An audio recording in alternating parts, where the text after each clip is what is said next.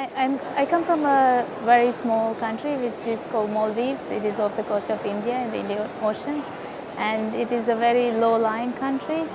So we are already experiencing the impacts of climate change. It's not a distant threat for us. People are losing homes who are living close to the beach. We are seeing beach erosion. We are seeing coral bleaching. The fish stock is being affected, so which is impacting our food security. The agriculture is being affected. The water, fresh water, is being contaminated. So a lot of islands don't have access to clean drinking water anymore, except through rainwater harvesting. And the monsoons are becoming very unpredictable. When they set in, they go for a long time, but then we don't even know when they set in, because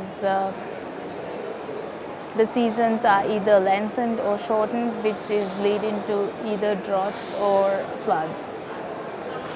So the situation on ground, we are really feeling the impacts of climate change, and for water security, food security, everything around us is being impacted.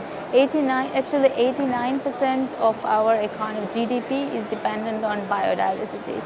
So when climate change is threatening biodiversity, it has a huge economic impact on the country itself. What's your organization doing on the ground to help? Climate-Wise Women is an organization that has Climate-Wise Women is an organization that has come together to bring the voices of grassroots women to a global platform, so you can hear the human stories of what is happening on climate change, to raise awareness in the international community, so people can understand, people can relate to, instead of just a story or listening to the statistics. They can actually hear the real stories of what is happening in local communities around the world. We are a group of women from different countries, from Asia to Africa,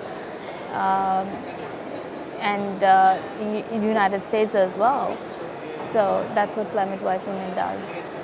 How do you deal with the differences between the different continents in gender issues? How does that come into one in such an organization? Well, we get to tell the stories of the impacts of climate change on women in different countries. So the effects are different in different countries, and how to deal, how you cope, the coping mechanisms are also different. Say, for example, when you talk about Maldives, you're talking about island communities, and when you talk about Carteret Islands, again, you're talking about island communities. But when you talk about Uganda, then you're talking about the African continent, where they are more susceptible for desertification, and the challenges they face are different from the women living in island communities. So we are able to bring the stories of impacts on ground in local communities around the world, and tell the global community what is happening on ground because of climate change in so many different countries. And it's not a distant threat for any of these communities that we come from. It is impacting all these communities. Climate change does not recognize national boundaries. You've been following up a little bit about the climate negotiations. What is your views on where it's come from, where it's going, and your expectations from COP21? Well, I think the negotiations have the negotiations have picked up momentum since Copenhagen, but I don't think it's enough momentum. I don't think the world leaders are understanding or ready to act on with the urgency the issue requires. They're not paying enough importance to the issue as it should be given. Because of climate change, 300 to 400,000 people are dying every year. And that's an alarming statistics, and it's happening now. And these are in some of the World Bank reports and studies done by other NGOs.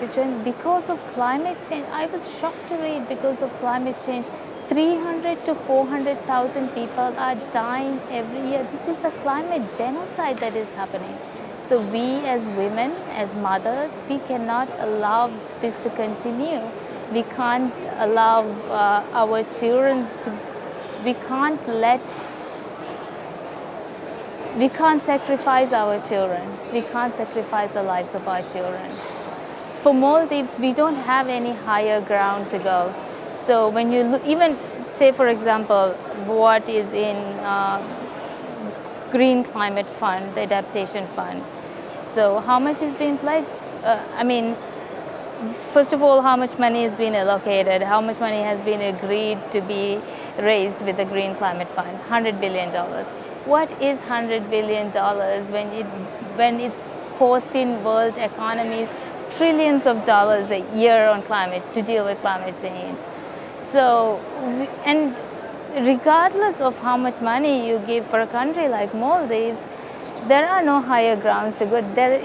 We cannot adapt fast enough, and the cost is massive, and there is no way we can live on these islands by adapting and survive if we continue business as usual, because the islands would be gone. We would essentially become refugees, climate refugees, and this is not even a legally recognized term. So I don't know what the fate of our people would be. I think climate justice is a human rights issue, and this is an issue that should be recognized. Everybody has a right to live. Everybody has a right to survive. We cannot afford some powerful world leaders to dictate whose life matters and whose doesn't. Everyone's lives matter.